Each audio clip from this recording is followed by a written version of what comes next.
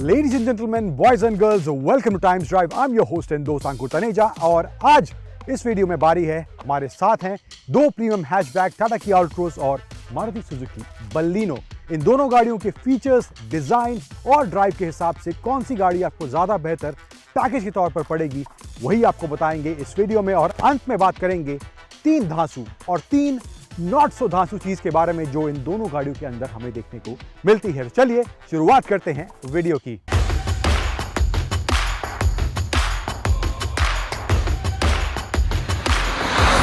अब शुरुआत इन दोनों ही प्रीमियम हैचबैक्स के एक्सटीरियर लुक से करते हैं।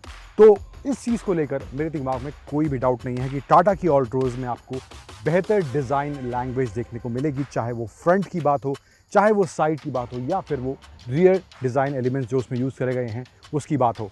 बलेनो हालांकि मैं डिज़ाइन इसका बुरा नहीं कहूँगा, लेकिन अल्ट्रोज के सामने ये थोड़ा आउटडेटेड ज़रूर लगता है। अब जो साइड में आप देखेंगे इसका जो ओवरऑल अल्ट्रोज का डिज़ाइन है, यहाँ पर काफ़ी शार्प आपको क्रीजेस दिखेंगी इसमें अल्ट्रोज में, जो कि आपको बलिनो में थोड़ी सोफिस्टिकेटेड लैंग्वेज आपको डिज़ाइन में देखने को मिलेगी इसके एक्सटीरियर में।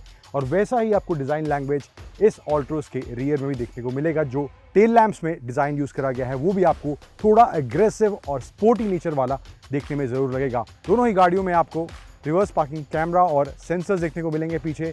फिर जो व्हील्स इन दोनों गाड़ियों में यूज़ करे गए हैं 16 इंच के आपको टायर्स बलिनो में देखने मिलेंगे 195 सेक्शन के, और आपको जो अल्ट्रोज में टायर्स दिए गए हैं दैट इज़ 16 इंच 185 सेक्शन के टायर्स आपको अल्ट्रोज में देखने को मिल जाएंगे। तो इस तरह से कुछ ये दोनों प्रीमियम हैचबैक्स डिज़ाइन के मामले में बाहर से आपको देखने में लगेंगी। अब चलते हैं इन दोनों गाड़ियों में आपको इंटीरियर के हिसाब से क्या ऑफर करा है टाटा ने और मारुति ने बलेनो में। Let's go and find that out. अब इस BS6 कंप्लाइंट नई बलेनो में आपको डिज़ाइन के हिसाब से एक्सटीरियर में कुछ बदलाव देखने को नहीं मिलेगा, लेकिन इंटीरियर में थोड़ा बहुत कॉस्मेटिक बदलाव किया गया है। जैसे आपको इसके टच स्क्रीन में थोड़ा बदलाव देखने को मिलेगा और नया स्मार्ट प्ले स्टूडियो इस में अपग्रेड करके मारुति ने BS6 बलिनो में दिया है।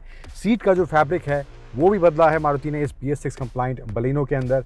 उसके अलावा बाकी सब जो एलिमेंट्स आपको देखने को मिलेंगे वो सब पुरानी बलिनो वाले ही हैं। फिर जो आपको इसमें कंट्रोल्स दिए गए हैं AC कंट्रोल्स, यहाँ पे आप देखेंगे वही डिज़ाइन जिस तरह से बलेनो में पहले हमें देखने को मिलता था वैसे ही आपको देखने को मिलेगा। उसके अलावा स्टीयरिंग पर स्टीयरिंग माउंटेड कंट्रोल्स दिए गए हैं, वॉल्यूम के और मोड चेंज करने के ऑप्शन आपको देखने को मिलेंगे। फिर बात करें इंस्ट्रूमेंट पैनल की, तो बीच में आपको छोटा सा MID दिया गया है जिसमें आप fuel economy, range, trip meter, time, temperature ये सब चीज़ें चेक कर सकते हैं। और जो इसका स्पीडोमीटर और टैकोमीटर है दैट इज़ एनालॉग।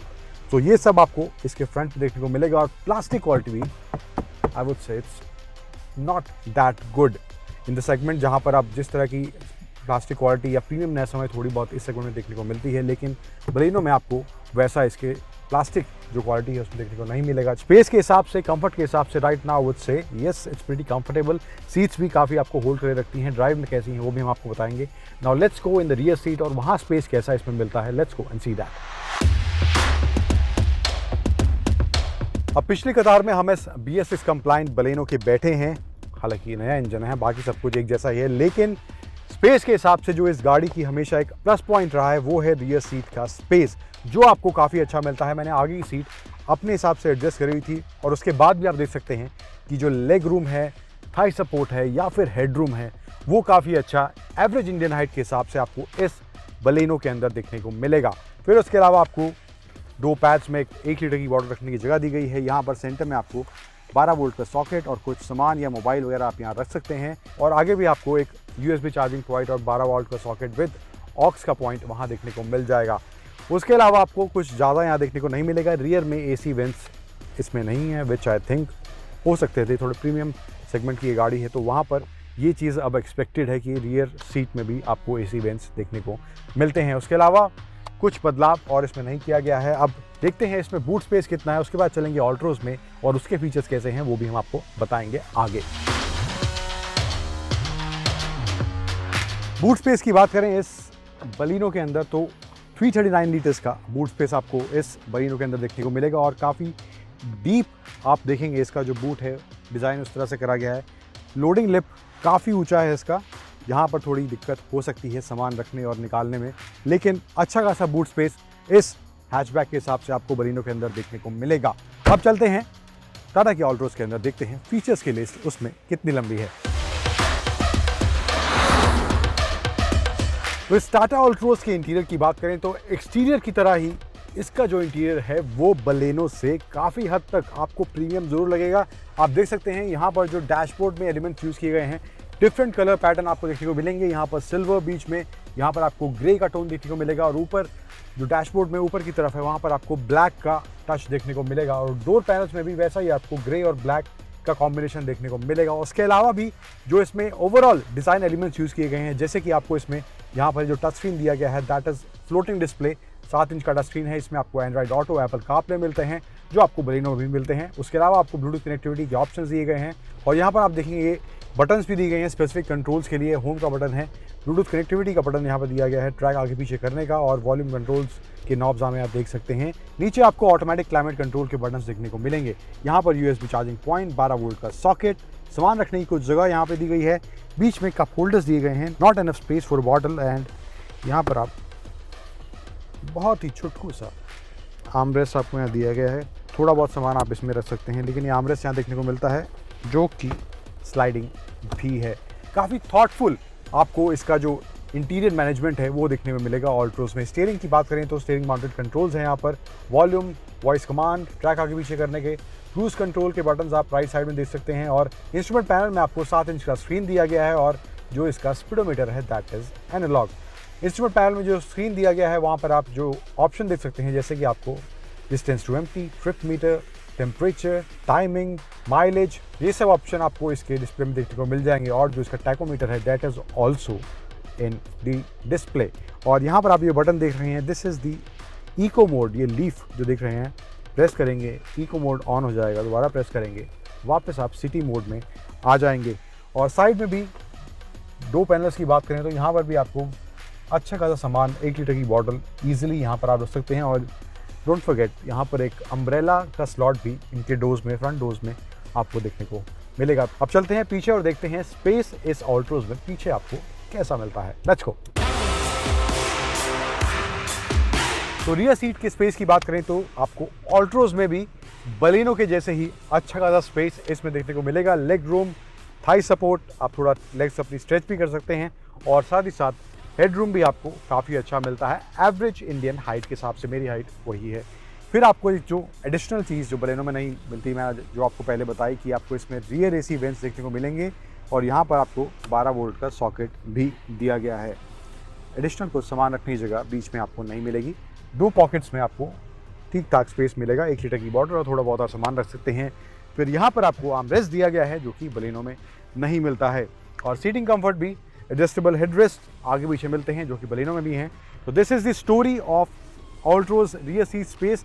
और ये हम जो देखेंगे आप यहाँ पर भी ज़्यादा उभरा हुआ नहीं है, तो तीसरा बंदा अगर ज़्यादा हेल्दी नहीं है तो एडल्ट भी आई थिंक 3 यहाँ पर ठीक ठाक अगर थोड़ा मैनेज कर पाएँ, जो कि इंडिया में बहुत हो रहा है सीट को लेके, लेकिन थोड़ा बहुत मैनेजमेंट के साथ 3 एडल्ट यहाँ बैठ सकते हैं।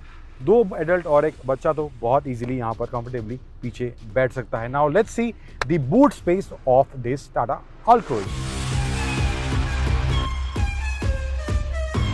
अब बूट स्पेस की बात करें इस ऑल्ट्रोज के अंदर तो आपको इसमें मिलता है 345 litres of boot space which is 6 litre more than the Maruti Baleno's boot space. तो ये स्पेस आपको देखने को मिलेगा। अच्छा खासा स्पेस है इस सेगमेंट के हिसाब से। आप 2 बड़े बैग और 2 छोटे बैग आई थिंक ईजिली इसमें आप रख सकते हैं। इस तरह का बूट स्पेस आपको दिया गया है और जो स्पेयर व्हील इसमें देखने को मिलता है that is not an alloy wheel, that is steel wheel आपको इसमें देखने को मिलेगा। लोडिंग लिफ्ट इसका भी हैचबैक में हमें ऐसे ही देखने को मिलता है, तो इसका भी काफ़ी ऊपर आपको देखने को मिलेगा। अब बारी है इन दोनों गाड़ियों को चलाने की और इन दोनों में से कौन सी गाड़ी आपको ज़्यादा बेहतर ड्राइव एक्सपीरियंस देती है। Let's go and find that out.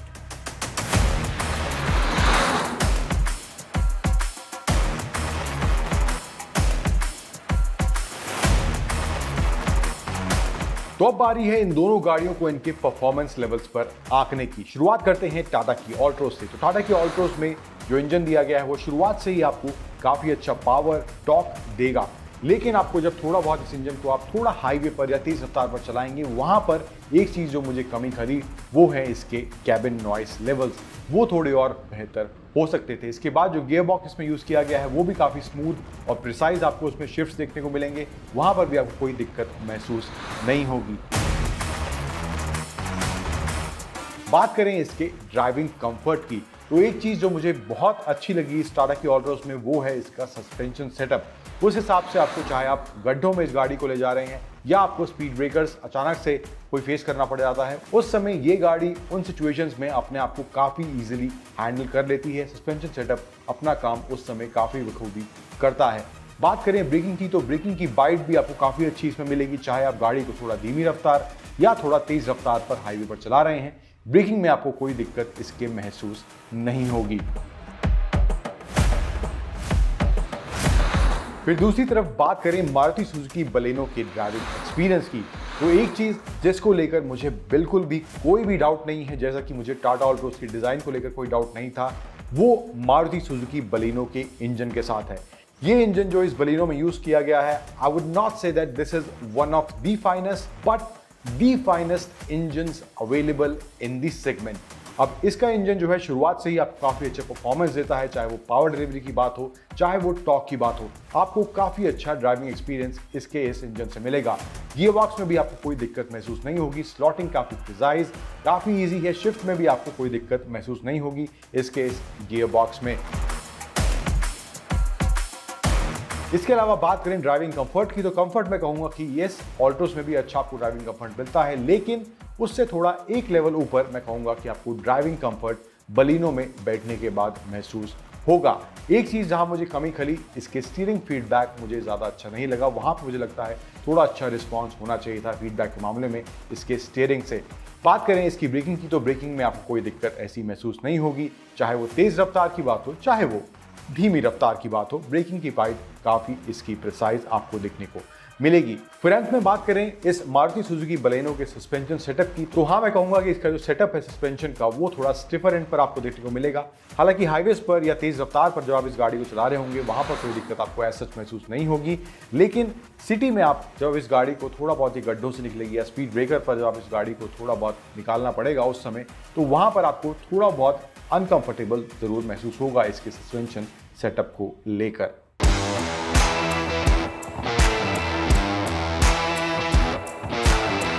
So 3 not so Dhasu and 3 Dhasu elements about the Maruti Suzuki Baleno is the first element which I liked compared to Tata Altroz is the design of DRL in this new Baleno. इसमें आपको जो DRL का design है वो ज़्यादा बेहतर मिलेगा। The second thing that is Dhasu about this Baleno is the seating comfort. Although Altroz का seating comfort बहुत ज़्यादा मैं बुरा नहीं कहूँगा, but इसमें आपको Baleno में ज़्यादा बेहतर seating comfort देखने को मिलेगा। And the third thing which is Dhasu about the Baleno, जो जग जाहिर है, the brand Maruti which comes with the Baleno. So the first thing that is not so Dhasu about the Baleno compared to Altroz is the design. ये थोड़ा outdated देखने में लगता है। तो दूसरी चीज़ जो not so Dhasu है वो है इसका steering feedback, वो मुझे Altroz में ज़्यादा बेहतर लगा। तो Baleno में वो steering feedback थोड़ा बेहतर हो सकता था। और तीसरी चीज़ जो है not so Dhasu about the Baleno is the availability of rear AC vents and the rear armrest which is there in the Altroz. So now is the time to talk about 3 Dhasu and 3 not so Dhasu elements about the Tata Altroz. So 3 Dhasu चीज़ों की बात करें तो पहली चीज़ ही इसका जो design है exterior में वो आपको पहली झलक में बहुत खास देखने में लगेगा। So one thing that is for me is Dhasu in terms of exterior design. फिर दूसरा एलिमेंट जो है इसमें आपको बलिनो के मुकाबले जो इसमें रियर एसी वेंट्स दिए गए हैं, that point for me is धासु। Then also the availability of rear seat armrest, that also is something that I would call धासु compare to the Baleno.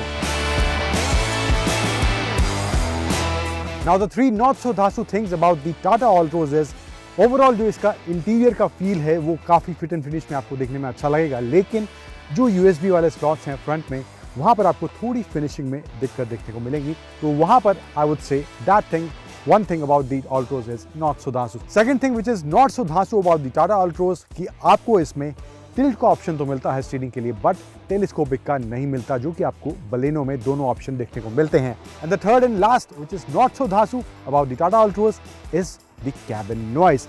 Insulation थोड़ा बेहतर Altroz के अंदर हो सकता था। अब अंत में इन दोनों गाड़ियों के ओवरऑल एक्सपीरियंस की बात करें या ओवरऑल एक बेहतर पैकेज कौन सी गाड़ी आपके लिए बन सकती है, तो प्राइस जो मारुति की बलेनो का स्टार्ट हो रहा है वो है 5,63,000 से और ये जाता है 8,96,112 रुपीज़ तक। और इसमें आपको बलेनो में सिर्फ पेट्रोल इंजन का ऑप्शन ही मिलेगा। आप सभी जानते होंगे मारुति ने अपने डीजल इंजन डिसकंटिन्यू कर दी हैं BS6 नॉर्म्स आने के बाद। तो अगर आप एक पेट्रोल इंजन के साथ या एक सोफिस्टिकेटेड लुक्स के साथ कोई गाड़ी देख रहे हैं इस सेगमेंट में, प्रीमियम हैचबैक सेगमेंट में, तो आप उससे बिना किसी हिचक के आपके लिए मारुति सुजुकी बलेनो एक ज़्यादा बेहतर गाड़ी होगी। एक एफर्टलेस ड्राइविंग वाला एक्सपीरियंस आपको इस मारुति सुजुकी बलेनो में मिलेगा। फिर दूसरी तरफ टाटा ऑल्टोस के एज ओवरऑल पैकेज के तौर पर बात करें तो इसमें जो डीजल और पेट्रोल दोनों का ऑप्शन आपको मिलता है जो कि बलेनो में नहीं मिलता। फिर इसमें जो डीजल इंजन आपको दिया गया है, हालांकि उसके थोड़े कैबिन नॉइस में आपको दिक्कत हो सकती है, लेकिन फिर भी वो बहुत ज़्यादा प्रॉब्लमेटिक नहीं है। जब आप इस गाड़ी को थोड़ा हाईवे पर ले जाते हैं वहाँ पर आपको इतने नॉइस लेवल महसूस नहीं होंगे। इसके अलावा जो इसमें ड्राइविंग एक्सपीरियंस है, ड्राइविंग कंफर्ट है, परफॉर्मेंस लेवल्स हैं या फिर जो इसका सस्पेंशन सेटअप है वो काफ़ी बेहतर आपको देखने को मिलेगा। अब जो कीमत इसकी है स्टार्ट हो रही है वो है 5.44 लाख से और ये जाती है 9 लाख रुपीज़ एक्स शोरूम तक। इसका प्राइस है टाटा की ऑल्टोस के जो टॉप वेरिएंट है डीजल उसका।